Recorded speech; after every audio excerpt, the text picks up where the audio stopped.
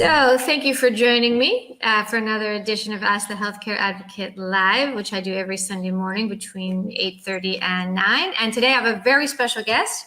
I brought on Mirit Hoffman, who is a lawyer, and she is going to talk about some really important things that we need to know, sort of as a teaser or as some tips that we get to.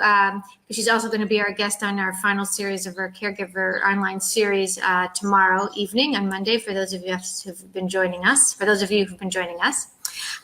I thought I would get Mirit on here to give us a little bit more personal information about herself.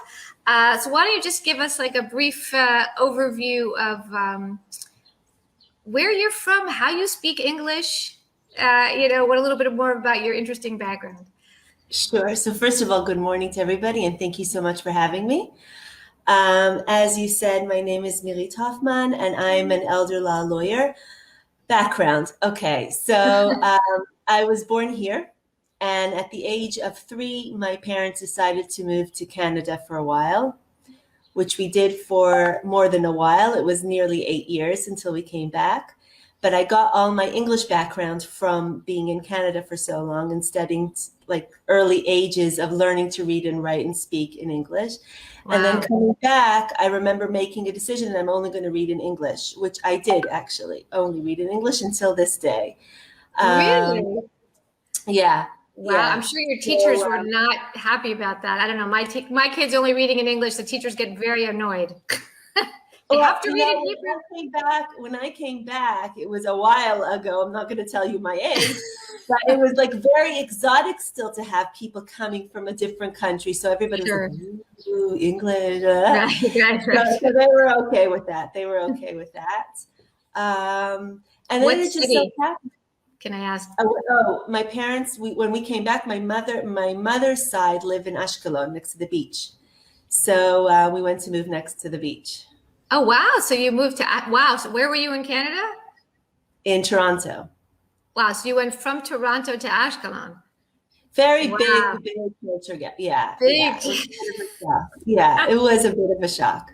But people were really nice. And when you're a kid, you sort of bounce back into things rather more quickly than adults at some point. So then I went, and then that was it. That's basically my English background. However, because I maintained it, and I married an Anglo, so we also made a decision to speak English at home. And then it just worked out that because of my English, I worked a lot with Anglos and at work with more English speakers. So it just that's how it worked out. Yeah. Where's your husband from originally? From Cambridge, from England. Okay, I was going to say, because you have a very interesting accent in English. It's not, you can't quite place it. So. Exactly. So even after we split up, I mean, I still continue talking English. The kids still speak English. I felt like it was a gift to give them another language. And if I know it, I can pass it on. Why not? Right. Completely. So then how did you get into law? Oh, well, that's a funny story. I always wanted to do something meaningful. And when I was in my teens, there was LA Law. That was like the show, LA Law. Yes. I love that show. Seriously. It's ridiculous. Exactly. And it was like, I'm going to do justice. I'm going to help the poor people. This is what I want to do. Little did I know that when you actually start studying, there is no such thing as black and white, and everything is very, very gray. But I kept looking all the time, looking for something that I could do with my degree and do something that I felt was meaningful. And that's how, it took me a while, but that's how I stumbled into elder law, because I really feel that that's a very important subject. For various reasons. First of all, because I believe we all work really, really hard all our lives to maintain assets and to maintain, money so that we can distribute it as we see fit. And not as the law decides. And that's like the whole will section. And also recently with the durable power of attorney, everybody wants to have control over their lives. Everybody wants to live the way they want to live and with as much, integrity as possible.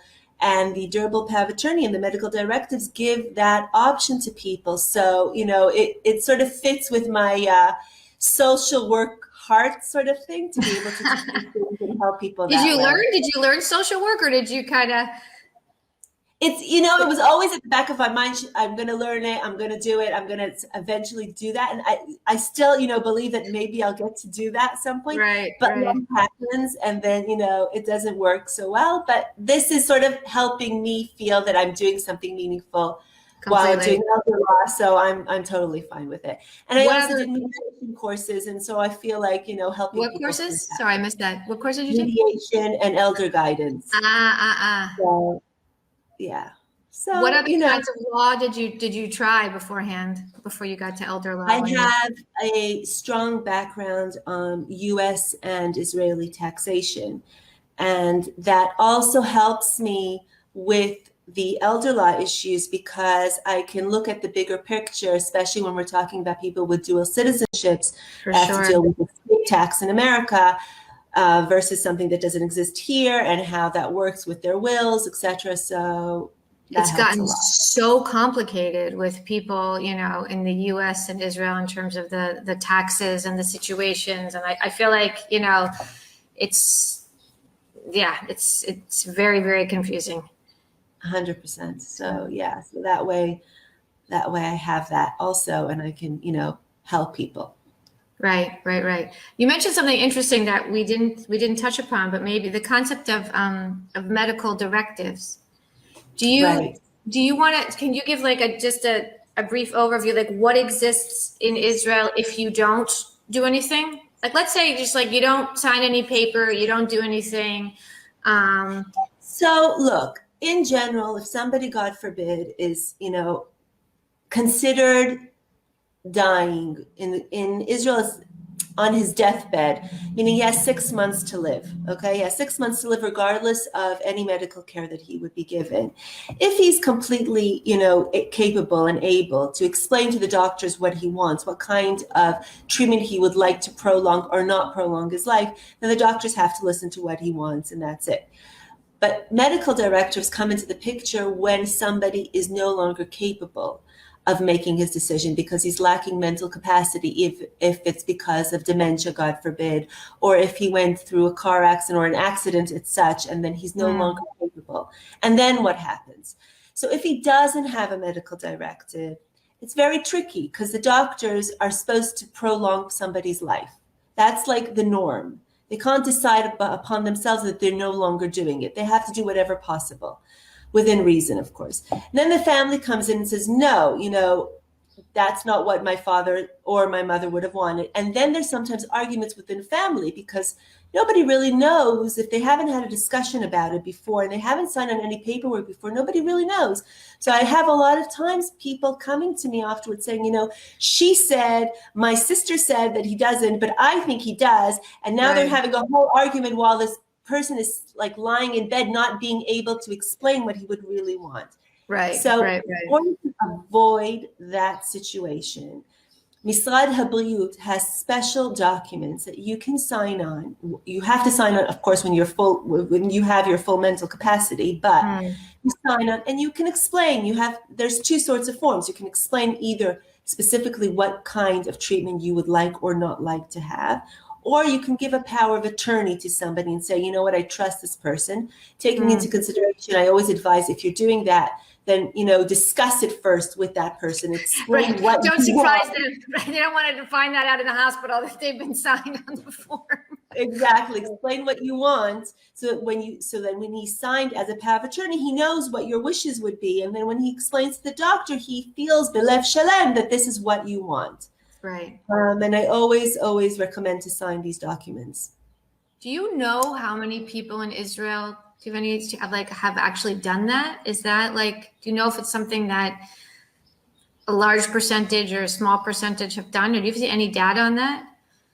I haven't honestly seen any data, but what I can tell you is, I don't know why this is jumping. What I can tell you is that since the durable power of attorney has come into play, which was May 2017, most lawyers that deal with that, if not all lawyers that deal with that, always mention the medical directives, because the end of life medical decisions is not something that durable power of attorney contains.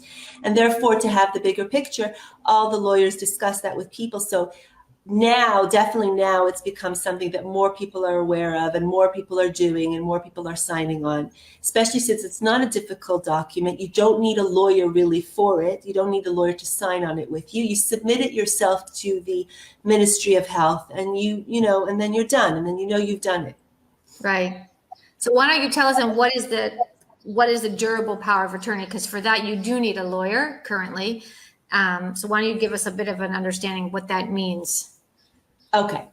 So, we all know that research shows that there's an increase in life expectancy.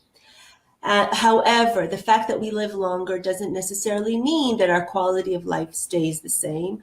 And also COVID showed us that, really life is very full of surprises, and it's very difficult to know that you're going to be